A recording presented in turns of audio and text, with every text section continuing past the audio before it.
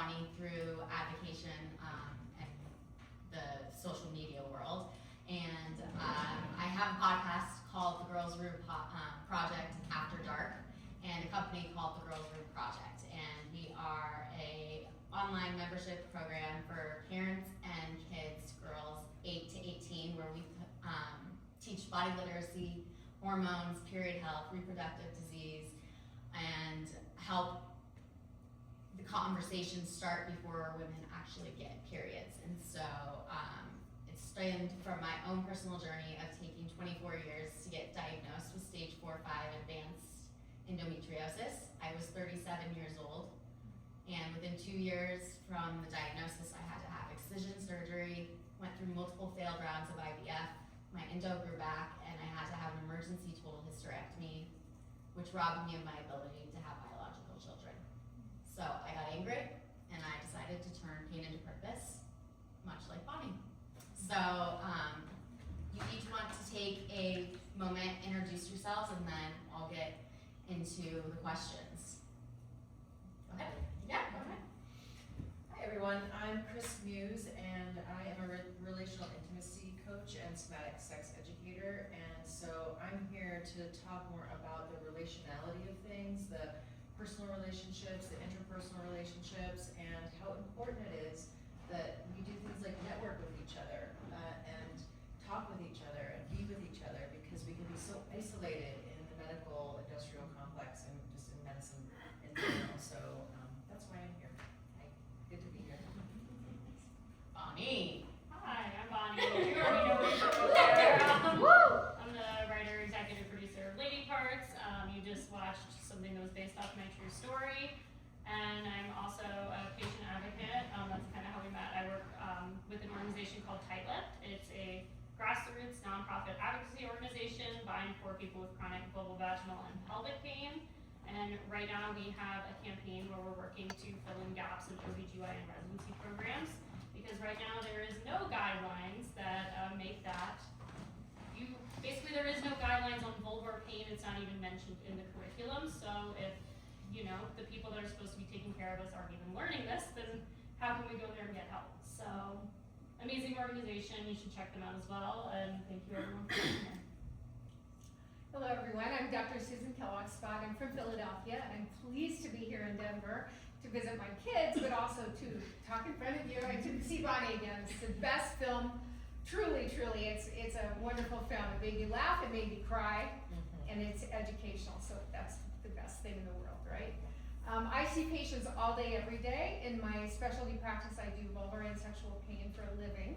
And much like Dr. Silverstein, those were, as far as medicine goes, that's what I do, but that's about where we were many years ago, where it was hi, finally you get to a specialist. They finally would give you a word for what you had, and then pretty much your option was surgery. And I'm pleased to report now that a few years have gone by, and people like Bonnie have been brave enough to come forward and really educate the healthcare providers, and now we have lots and lots of options, not the least of which is pelvic floor muscle physical therapy, Botox, different topical creams. There's NIH grants, there's vulvodynia grants to do research. The research that Dr. Silverstein said that wasn't going on, it's now going on. Right. So there's hope for that. So thanks for having me. Hi, I'm Jenn Lane. I'm a pelvic floor specialist. I live here in this neighborhood. I work with women of all ages, and I think in the pelvic floor world, with my continuing education within that realm, we talk about this stuff all the time. We learn about it. We're reading the research, and then it's always it's surprising still when I have clients come in who have been told by their doctor some misinformation, or they're leading them down the wrong path, or they're suggesting, as you had your experience of anxiety, or not understanding your own pain. My favorite was meditation. Yeah. That I got. Have you tried meditating? Yeah, that comment about drinking alcohol, a doctor said to me when I was 19. Yeah. Wow. Yeah. And I was like, you have to know I'm 19. You can see my chart. So It's oftentimes I do a lot of education on just, talking people through what their options are, what they're saying is trying to validate what they're coming in and talking to me about. Awesome. So I'm happy to be here. All right, thank you so much. Okay, so I'm gonna start with you, Bonnie, because I would like to know what made you decide to do the film in a comedy instead of just a typical drama. Yeah, the fact that you make it funny. Where did that decision come from? And then also, what is one thing that you really want viewers who don't know anything about your condition to leave with? Oh yeah, so many things. But I guess to start with the first question, I think a lot of people are always really surprised when they come see this film and it's not a documentary. I think a lot of people think it's going to be, and then they come in and like, oh, actually it's comedy. I was not expecting that. I've seen, not to say documentaries are awesome, I'm not saying that at all, but a lot of times when people kind of just put facts out to you and statistics, it might not really draw you in and get you to care. And with the subject matter, that's kind of something that people are really afraid of. Comedy is like the way you dip a toe in the water. That's how you get people to finally just maybe start listening, and then we can kind of draw you in from there. But the key for making the story work and making people care was that, it really is a story about her relationship with her parents and a story about her relationship with writing and her own body and herself. And so, yeah, you get to watch this and you can say, oh, this character maybe could be my friend, this could be my partner, this could be my sister, this could be, whoever that is. And even if maybe you're not the one going through it, you're like, oh, I could totally see how this affects somebody on a day-to-day basis. And I totally can see how this could affect someone's life. And I probably know somebody like this. And hey, we all have a pelvic floor, fun fact. I don't care who you are, you have one. So we all know we're all affected by it, and I think the comedy just really invites you in and gets you to care. And so you leave here and suddenly you're like, oh, okay, yeah, this is why this is important. This is how it could really affect someone's life. And so I think if you leave here with something, it's that the more vulnerable you are in putting yourself out there, as you saw kind of with Paige, the more vulnerable everybody else around you would start to be, like you saw with her family, friends, people. So if you leave here and you want to talk about something you saw in the film and you want to bring it to the family dinner table, well, hey, please do. These are conversations we should be having at family dinner tables. And I'm hoping, even if it's something small, it can at least start there. Amazing, love that. I'm gonna switch it to you, Dr. Callie. Okay. So as somebody who's personally been medically gaslit and dismissed and is still going on today, I resonated with pretty much all of Paige's experiences. And I wanted to ask, what did the film get right about the patient's experience from a clinical side? Okay, sure. So, what the film got right was Dr. Silverstein did know what he was talking about. He, back then, In 2016. 2016, he only accepted cash, and there's a lot of centers of people that do it right, that are cash only, and that really then cuts out a lot of the people that really need care. So that is life. Unfortunately, the film said it right, and it still is happening. But the flip side of that, there are some providers that do accept insurance, and more, I would say. Yes.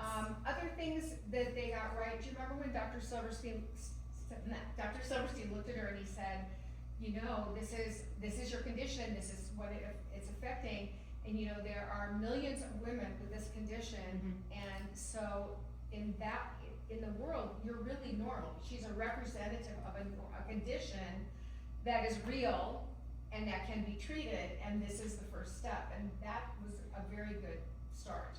I personally think that was one of the most powerful moments because, like you, somebody with endometriosis, when we go from specialist to specialist and we are completely we are being shot from doctor to doctor, and you are told you're crazy, whether it's from a boyfriend or a friend, and so you start telling that to yourself. Right. So when the doctor said, you're normal, that was really moving to me, and I think that a lot of people will be able to relate to that. I wanna ask you also, Dr. Kellogg, how can physicians balance accessible comes to anatomy, so that when the patient and the family are sitting there talking to you and you're describing to them what their condition is, it's in language that they can understand. So again, what he did right was, he talked about the vestibule being a very small space, and then it opens up. I mean, the dining room's a little bit big, but anyway, we didn't say a ballroom, but whatever. We often, I very often use diagrams and non-threatening models. I actually have a velvet vulva puppet that I use in the office, and it's this big, but I can show the woman or parents or her lover or husband the puppet and say, can you show me where the pain is? So they touch the puppet and they show me where the pain is. And I say, oh, that's very common. It's called blah, blah, blah. So sometimes, a model is worth 1,000 words. And so to start with a model, and because the puppet's so funny, I mean, it's beautiful. And it can't break. It can't break, right. But it really is a very non-threatening way to begin the entree, so. Yeah. All right, Jen, we're gonna go to you.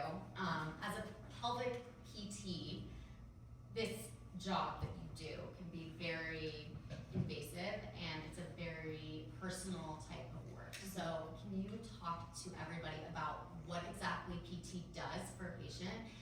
How do you make that client feel safe? And they're likely coming to you with a lot of pain. So how do you make that session tolerable for them?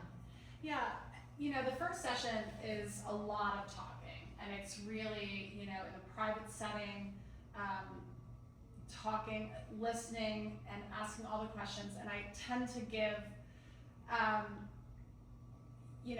this, because I ask lots of questions. I ask bowel, bladder, sexual function, and so I'll educate while we're talking. Like, the reason I'm asking all these questions is the interrelatability of having a bowel movement versus, urinating versus having intercourse. And so we're having a back and forth discussion, listening about their concerns, their fears, their miseducation that they're coming with. And so there's just, we might talk for 2/3 to 3/4 of the session, just on, again, with diagrams and models, and these are muscles. Because I think there's the other question of why am I, as a physical therapist, doing pelvic floor PT? So a lot of times, pelvic floor is 3 layers of muscles, and those muscles contract and relax, much like your bicep, much like your quad, So I try to say, if you injured he said it in there, if you injured your shoulder, you'd go to a doctor and you'd have it assessed, and you'd have surgery, you'd have physical therapy. I'm the physical therapist for these specific muscles. But as far as treatment goes, it's always they're in control. They set the pace. An internal exam does not have to happen. It can be all external. There are so many things to go over that can be super educational and just give people, the power to say, yeah, I've had enough, or we're done for today. And it's on their terms. Okay. And like Bonnie mentioned, we all have a pelvic floor. So who is PT pelvic floor therapy for? Who do you treat? Yeah, I treat men and women. So that can be for constipation, incontinence, urinary retention, post-prostatectomy, sexual dysfunction, pain. Men experience pain too with sexual function. Generally speaking, I think it's 80% of PT patients are female. I think women seek out help more than men, but it's just, again, it's opening the dialogue and saying it's okay to talk about this, and what you're experiencing is, I'm just there to validate it.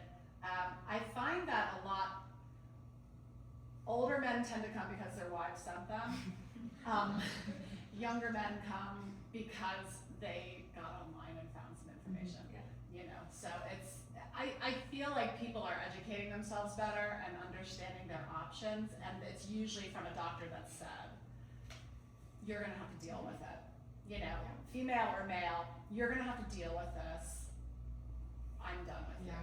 And then we're gonna talk about it in my setting. It's multidisciplinary. So it's Yes, the more that all people from different areas of medicine they communicate with one another. Exactly. That's also a crucial thing, I think, through my journey, is like including all of my doctors together. Absolutely. And part of that is actually including my therapist and psychiatrist. And I think, we've touched on the physical aspect of how a condition like this can affect a person, but it also affects us mentally, emotionally, and it interferes not only with our vision of like how we look at our bodies, but how we deal with relationships. So I really want, for you, sorry, I got my notes. So as an intimacy and somatic relationship sex educator, can you talk to us about what happens psychologically to somebody who comes in and has been experiencing years and years of pain, dismissal, and something like this is very embarrassing? And how do you work with them to find their voice again? Gosh, just hearing you speak is moving me, and that scene in the movie when she says, well, how's he gonna feel about it? And just have a drink, or just take a breath, or you said just meditate. It's like, I'm like, where's the curiosity? Where's the curiosity? And so having a body that feels like it's not matching what we see is hard. And when people aren't curious, then we lose our own curiosity and our connection with ourselves. And then when we're not connected with ourselves, we're feeling like we need to force our body. I mean, the way that she was having sex when she knew she wasn't, she's bracing. And at that point, it's so much about the body is protecting itself. If every time the body gets touched, it's not a pleasant experience, what's a system to do? What's a psyche to do? What's an emotion to do? So for me, it's really coming back to being curious about oneself. The connection piece, you said it really was touching when someone said you're not broken. And it's huge. It is huge. It can release, like, as a somatic, you do somatic work, and I did somatic therapy, and I had no idea how much trauma our bodies carry, especially with chronic illness. And I mean, I had one of the most insane experiences where they just touched me in one spot, and I just released. And I think somatic therapy, I would love for you to talk a little bit more about what exactly it is and how that can help somebody physically and emotionally. Sure. Yeah, well, soma means from the body mind. So it's basically, if we live in this world where we're kind of like top down, we really understand things, we're trying to think through things, we're trying to will the body top down. Somatic therapy supports us to kind of sense in with the bottom up, so from the body to the brain. So it's a bi-directional highway. We're not gonna let go of the brain, but when we get curious about the body, and when we get curious, then we start to be more available to nourishment.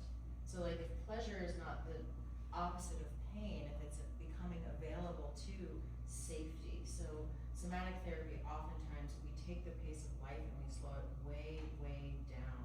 And we make contact with places. Like what would it be like if we were making contact with our low bellies or with our pelvic floor or with our vulvas, and we needed nothing from it. We're not asking anything from this part of our body. We're just there to make contact.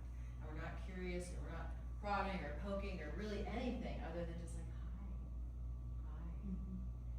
And there's a saying in our therapy, it's that it's our bodies don't leave us, we leave our bodies. And so when we can start to reconnect, there's so many options. Like penis and vagina sex is, you need that to make kids, but other than that, expanding the definition of what sexuality is or what intimacy is or what contact is.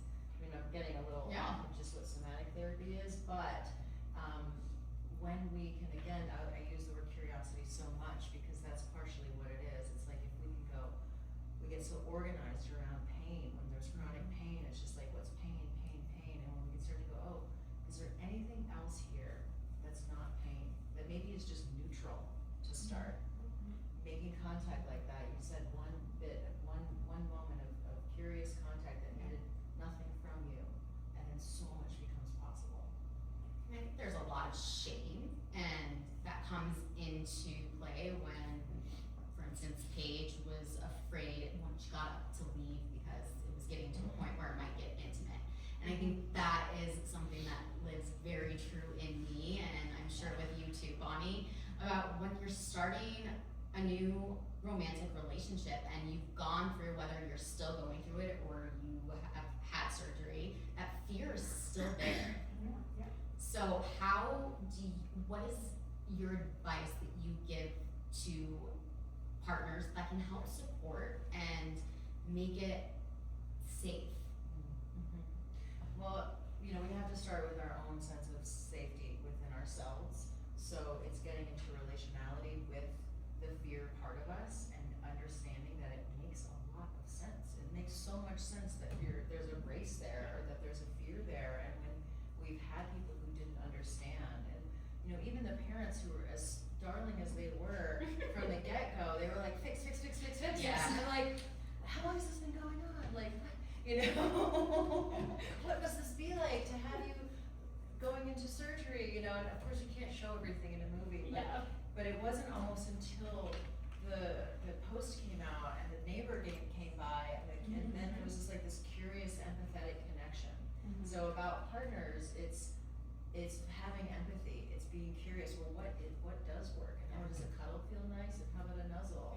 But you know, it really does start with having our own sense of, you know, in our work we call it like inner parenting. the pieces and the parts of us that we might like exile away or push away or try and hide because they're not fitting with what we think they should be. Yeah. And so, you know, self-contact and then relational. And I say, you know, have these conversations early, have them often, have them side by side, like in the car, if like face to face feels a little too confronting. And do them in an upright place, not when you're in bed making out, like it's not the time to engage that conversation, you know? That's the same for anything, whether it's, you know, disclosing anything about ourselves. I think that just being courageous and taking a breath and saying like, I've got something that's vulnerable, are you open to hearing? Like oftentimes just getting a little bit of permission, a little bit of contact before we go into something helps brings people's curiosity on board rather than their like defensiveness or like, you know, You what's feel wrong? attacked. I mean, that's just part of Yeah. being a Jewish. I was And gonna having a say, Jewish mother, let's be we gonna real. overbear Jewish parents. It comes with the job. So before we get into any audience questions, I wanna go down the line of everybody here, and I'd like to ask a question, and I would like for each of you to answer it. What is one word or phrase you want people to walk away with after seeing Lady Parts? Jen, yeah. Start down there. One word. Or phrase. Or phrase. Yeah, moving away from that. That you're normal. I'm just gonna say that. My phrase would be, and this is no matter if it's your vulva or your ears are ringing or you're peeing blood, whatever, okay? Trust your inner voice. Your reality of your body is real. You're not, no matter, you're not crazy, and if anyone says you are, you're not, you're just saying it.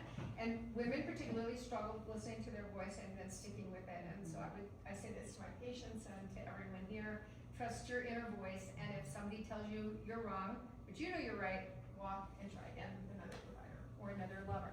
Whatever. Yeah. I know I'm gonna probably have two.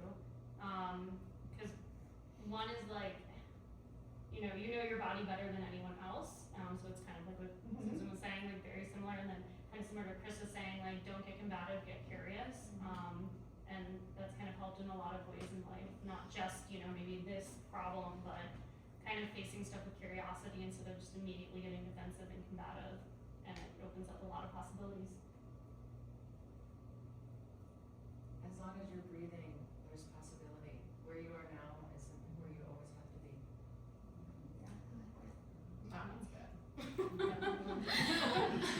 That one's really good. And I guess I'll answer it too, because for me, the biggest thing is vulnerability and being open to share such a personal part of your life, knowing that it's scary, but look what you did because of that. And I've felt that with my own journey and just putting it out there, and having somebody like you inspired me, and I felt seen, and now I'm letting other women feel seen as well. So thank you. And to everybody in the audience, open for questions for any and all. Does anyone have one? I have a question. Can I ask Bonnie a question? Yeah. First of all, didn't you think the actors and actresses were amazing? Yes. Yes. Amazing. And Bonnie shot this partly during COVID, did you not? Oh, yeah, so, actually we did, the casting happened during COVID. Yeah. So, we did casting in 2021, and me and, the director Nancy, who is not here at the moment, but, we were on Zoom with people. All, like, all the casting was done via Zoom, all the table reads, everything like that, because we shot it in the summer of 2022, and I mean, you can see videos of us with, like, masks on, and, we definitely had a period where like someone would get COVID or someone would get sick, and I mean, it was just such a wild, different time now thinking back on it. But yeah, I can't believe that we didn't meet like our actor, like I didn't get to meet any of the actors face to face till we were like pretty much there in LA shooting. And yeah, I mean, incredible, like shout out to our amazing actresses, Valentina Tamaro, who plays the lead. Amazing. Hysterical. Like her eyes alone will tell you everything she needs to tell you. And like everyone was just like incredible, and like I mean like this was a micro budget like indie film, and everyone kind of like rolled with the punches and came with it and like killed it. Absolutely killed it. So I applaud you for that. Yes. Thank you. Amazing casting. Yes. Did you film mostly in Philadelphia? Actually, none of it was filmed in Philadelphia. We shot this 22 days in LA, and then we had a pickup weekend in New York. Actually, the only thing that's shot in Philly is when she's driving home, and you see those shots outside the car of like Giant and Wawa. That's the only stuff that was shot in Philly. Everything else is cheated. Cool. Yeah. Any other questions?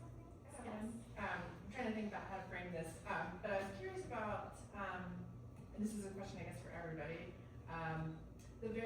the beginning scene when she's like, maybe at 12, 13, Yeah. and mom's in there giving her the tampon, and like, and the mom and the dad both are just such like warm, like open people, and like I loved the relationship. And I'm curious, I guess, I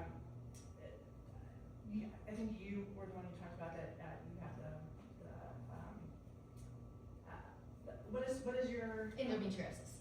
No, your program. Oh, the Girls Room Project. Yes. I guess I got a 6-year-old, and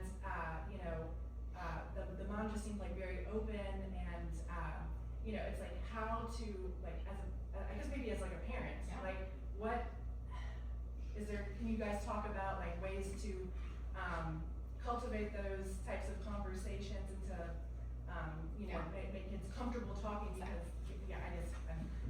No, I got it. Good. No, I got you. I got there.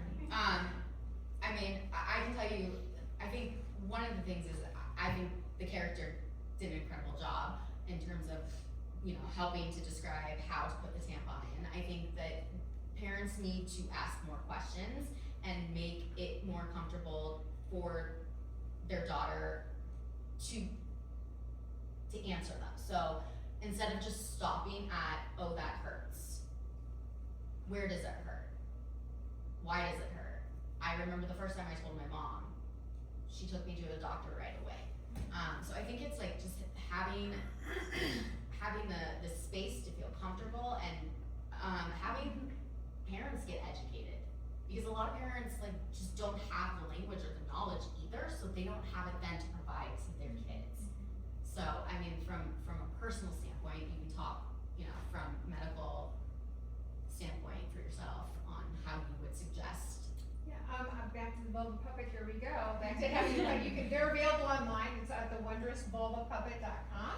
And women make these puppets in third world countries, and all of the proceeds go to they themselves and their own children.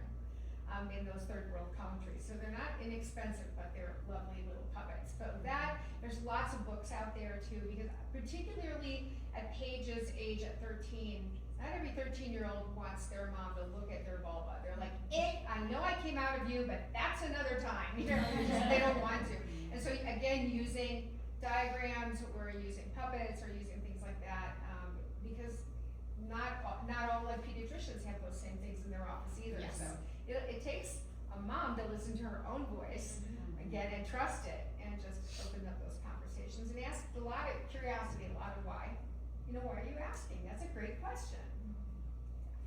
I'll say this as a mom. So I have 20-year-old twins, boy and girl, and my favorite day was their physical every year because we'd sit in the doctor's office and like, we're gonna talk about everything, you know? But I do think it's language, and I do think it's just normalizing the language you're using around it. They say this in just keeping your kids safe. Don't use cute words. Like, they need to know that they have a vagina or a penis or a vulva, and understanding the outside versus the inside. And I did a combo of just using words and normalizing it and talking about it with just what's their comfort level with, how much help they wanted, and then books too. There's some great books out there that my kids dog-eared, like read front to back thousands of times. And then, you know, with my daughter, and she was horrified, but I did give her she was a little older, but I did give her a jar of lubrication and a hand mirror. I said, you should understand your body parts, so I'm just gonna let you do that. And she was like, in my room. But I was like, it's fine, you know the words, you have your book, I'm here to answer any questions, or we can find someone else to answer your questions. But just so you feel comfortable, you should understand your own body and what it feels like and looks like. And I don't know what she did with that, but she had all the tools. So I just use the words. Don't make it embarrassing. Just use the words. I don't know, there's this film, there's a couple other projects out there that you guys can watch together too, and it might be a fun kind of open conversation as well. And just to kind of mirror what everyone's saying, it's like the curiosity aspect. Like, I think back and every time, like, no one even asked me like, oh, a tampon's painful, or riding a bike feels painful to you, why? You know, it's just like, oh, those seats, they're made for men, and like, that's true too. But I think like, you know, everything just kind of like, there's no curiosity. It's just like, you say something hurts and they're like, well, that's normal. And you're like, I don't think so. Now looking back, and yeah, just using the correct terminology and giving, because I think when I see a lot of media, it's like, you know, if you have a penis, like, you could be 13 and masturbating, and it's like, oh, that's so normal. And then you never really see the other side of that. Like, I don't really see that being normalized either, that, you know, we're also experimenting and learning our bodies too. So thank you for being an open mom too. That's really cool. And I hope everyone can be cool and open too. Absolutely. And up until now, there's never been a feature film where there's a love scene. Yeah. And the woman goes, oh, God, that hurts. And or, it's always never. It's always right? rainbows and butterflies. Refreshing, right? Yeah, and they don't go to the bathroom or clean up after. It's weird. And I think, like, growing up, I don't know how many, I think we're like closer in age, but I mean, when I was 13 and I got my period, it was embarrassing. Yeah. And it was about leaving class and sticking a tampon up your sleeve and, like, you know, up the sweatshirt, and just, you know, so embarrassed, and not going to pool parties because if you were on your period. And I think we need to start normalizing and talking about periods and what's normal and what's not before they even get their period. So that they're aware, oh my gosh, my stomach hurts really, really, really bad. I need to tell my mom. Or dad. So I think that, you know, that's part of what our initiative is at the Girls Room Project, is why are we not talking about this before the period even comes? And it starts with, periods are not shameful.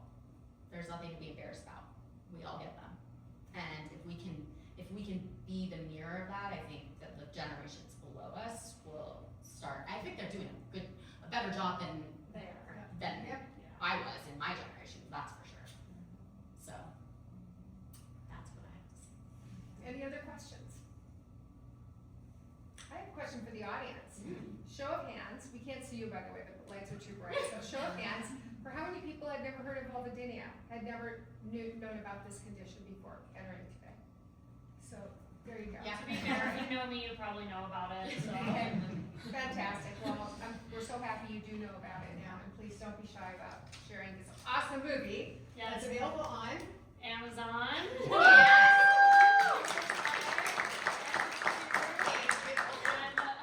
I know, Prime. Yeah, I was like, I'll give my spiel. So basically, we are available on Amazon Prime, YouTube, Google Play. If you go to ladypartsfilm.com, you can find all the ways to stream it. Oh, there it is. There it is. And also, if you want to go and leave us a review, it really helps us. We are on Letterboxd, we are on Rotten Tomatoes, we are on IMDb. Hey, you can even leave us a review on Facebook. Doesn't matter. It actually really, really helps. Even if you just kind of leave a couple words, it helps the algorithm as we speak. We're also on Instagram at ladyparts_film. We always post updates, screenings if we're available anywhere else. Please give us a follow. And if you walk out, we have postcards. We also have like resources on there. So if you're looking for resources for chronic vulvovaginal pelvic pain and any kind of specialty, we have some amazing resources there, and there's some amazing providers in your area that are right here. And we'll be sticking around a little bit after. So if you have any questions, you want to come up and ask, we'll be here. The bracelets tomorrow. Oh my God, yes. So everybody should have Bracelets. received a bracelet. Okay, the prize, I'll give a little. So this is called the Kiwi. It's by the Pelvic People. If you don't know who they are, they're an amazing company and they make products for people like me with pelvic floor dysfunction. So this one has shallow depth for vibration. Yeah. So basically, you don't have to have pelvic floor dysfunction to enjoy this product. I want to make that very clear too. It's an amazing product, but if you look at your bracelets, so I just pick a random bracelet every time. I don't know what everybody has. Does anybody have lady box Lady box. or lady bits? I have my lady box. That does it.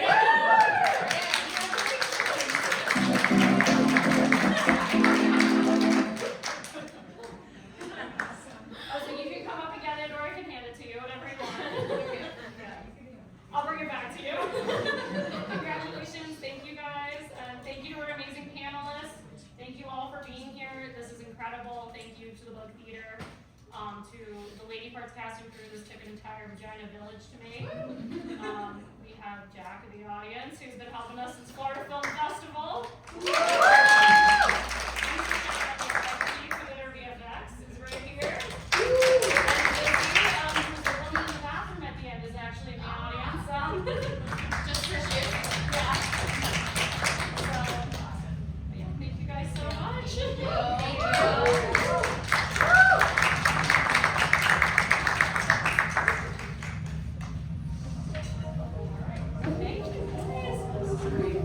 guys. Okay. Yeah. Oh my God.